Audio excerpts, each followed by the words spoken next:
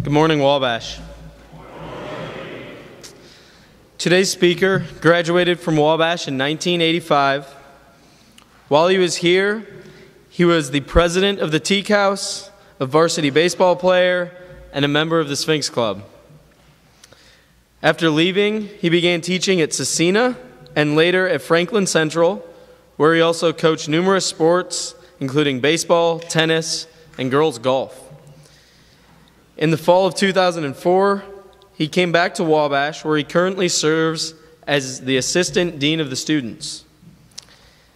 Please help me in welcoming Dean Raiders for his chapel talk titled, "The Perils, Realities, and Responsibilities of Painting with the Same Brush."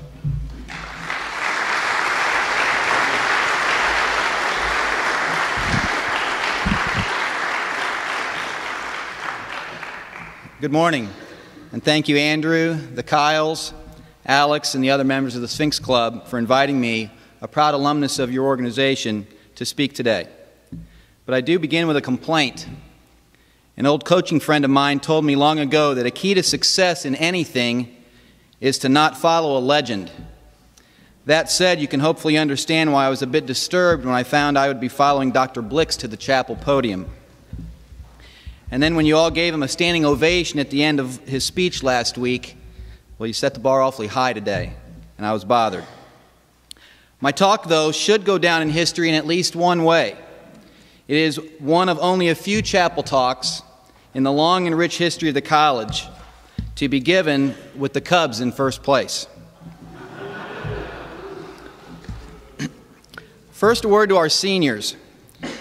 You may recall that when you were freshmen, dressed in ties rather than pots, and sitting over there or up there, rather than where you are today, another new face on campus had the honor of speaking at the first chapel that year.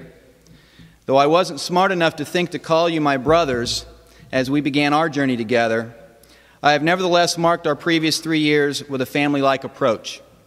I am proud of your development and the Wabash you have helped to shape in your time here. I talked that day in 2004 about building a greater Wabash foundation of unity and success. Our near 90% retention rate and record enrollment illustrate you've done that. Congratulations and thank you. As you progress toward graduation, may you continue to work toward your personal goals and those of our beloved alma mater. I wish you well, as always, in your pursuits. I hope my remarks today strike a chord with each and every one of us. Indeed, even as I wrote this, I learned some things about myself and my mindset from time to time. Perils, realities, and responsibilities of painting with the same brush is not, freshmen, sage advice for how to work on your homecoming float next week. It is rather discussion of an idiom, painting with the same brush, which means to label all members of the same group due to the actions of one or some of that group. It's the lumping of all into one, often with a negative connotation, and always with disregard for all of the specifics or facts. Many labeled should not only not be in that grouping, but may have in fact argued with or acted in opposition to the group in which they've been placed. When a small number of students, perhaps as few as one, say or do something, it quickly turns into everybody says or the students believe. We should all try to refrain from jumping to those conclusions. The act of painting with the same brush is a fascinating phenomenon and is without question at epidemic levels in our society today. We all do it, whether we intend or want to or not, and we often cause pain to others and ourselves in the process. See if any of the following phases sound familiar to or have been uttered by you. The administration is too lax in enforcing the gentleman's rule. The freshmen are worthless and weak-minded. The parents of today's students are out of control. The fraternity men party and drink all the time. The independents dirty rush fraternities all the time. The faculty is too liberal. The townies dislike Wabash students.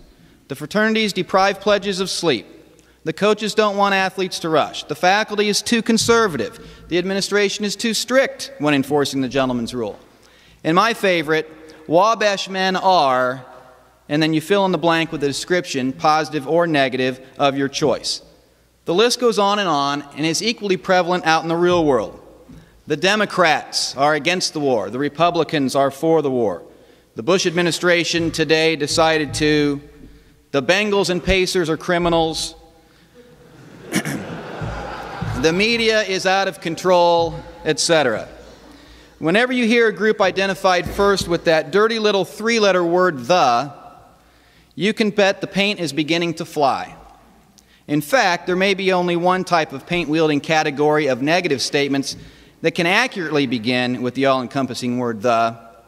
The Dannies are sniveling, whiny, hanky-toting, cake-eating bell losers. But that's a talk for another day.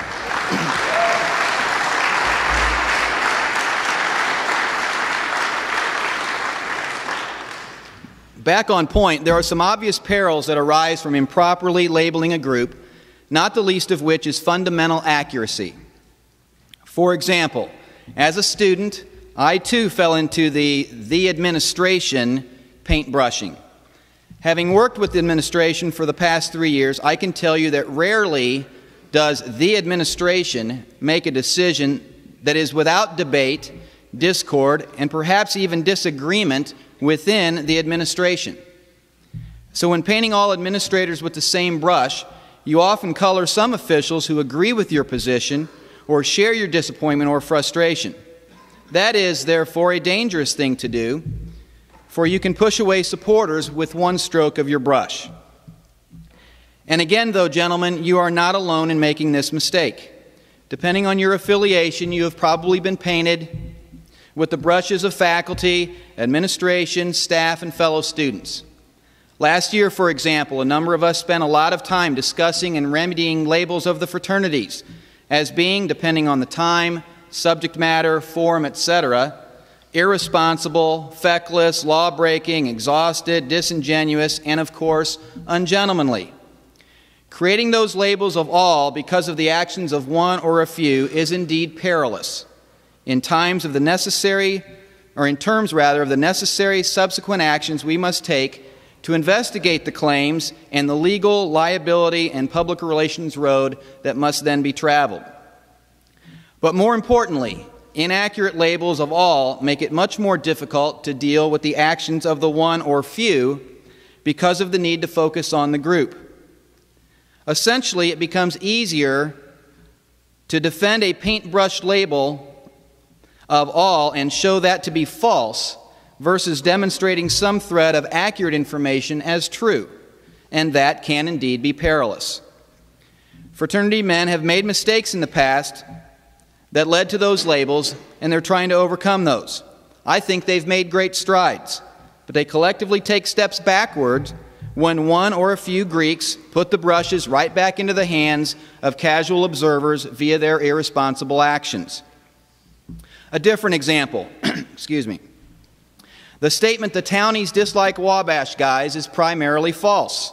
Most of my neighbors and friends are thrilled the college is here, and they greatly value the culture, energy, and services you all bring to the Crawfordsville community.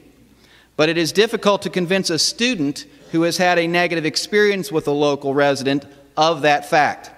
His next encounter with a townie, and it's tough always to remember that I'm one of those now, is most likely tainted before it occurs, and that is both sad and inevitable.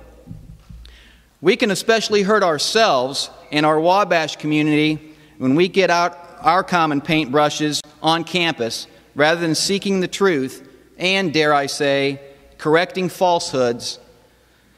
Students labeling faculty, faculty labeling student groups labeling other student groups, etc., is far more harmful than beneficial. While it may be an almost natural habit, it is a manageable one. Failing to curb the tendency to make statements like "the beta's this" or "the football team that" can often lead to unnecessarily contentious discussions, or worse, with members of the group who are not of the same mindset as their paint-covered peers. Over the years, I have had several discussions, for example, with freshmen who felt the fraternity did something to them when it was, in fact, the actions of a lone upperclassman or a small group of them acting independent from the pledge program. But again, there is a real danger when discerning the facts in that situation. We in the Dean's Office can't be apologists for fraternities that have members who mess it up for all of you, and we especially don't want to appear not to hold ungentlemanly behavior accountable. At the same time, we need to be fair to those on whom the paint should not be placed. The realities, therefore, can be simple to see, but most complex to deal with. We should all be careful not to falsely label or accuse, and we should also be careful to realize everyone is holding wide swath brushes. To the first point, the reality is that people are prone to label, and we should all try to catch ourselves before casting all into the same mold. Wabash men, being the historically great thinkers that we are, should learn to be accurate in our statements about others, knowing exactly what we're talking about before making our assertions, and of course, guiding others to do the same. We should be better than most at this, and I urge you to develop and practice this skill while you are here. One tip: eliminate the word the or the from paintbrushing statements. It's not the faculty, the students, the administration, etc., who act or make a decision, but rather individuals who do so. Find those people. Take up your issues with them. Engage in those great conversations encouraged by the administration, and watch yourself grow in the process. Similarly, realize all others are going to be quick to break out their brushes.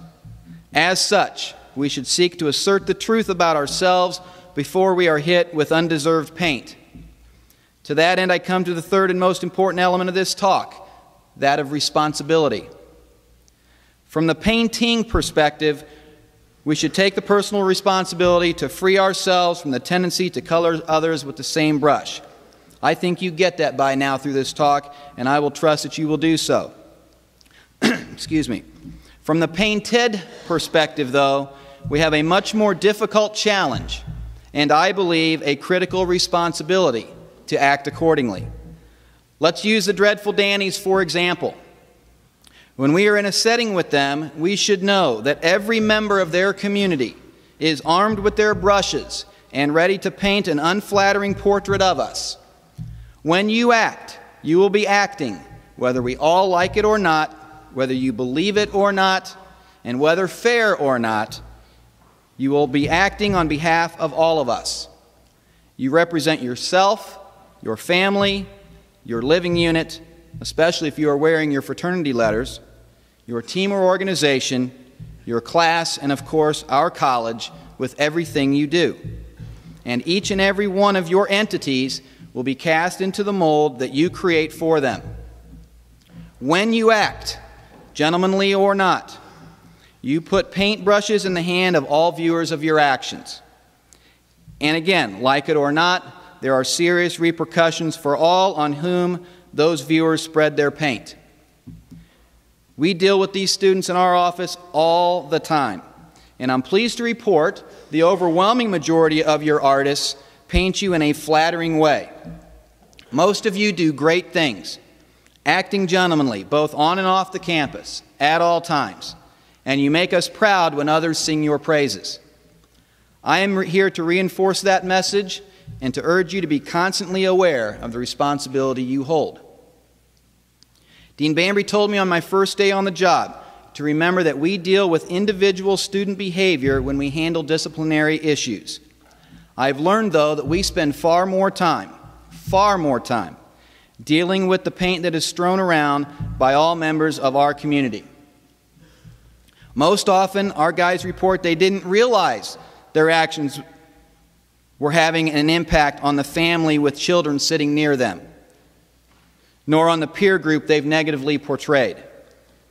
And while the first part of this talk will hopefully lead us to be more accurate on whom we brush our paint, we must all be cognizant of how our actions can lead to either a good or ugly paint job being placed on others.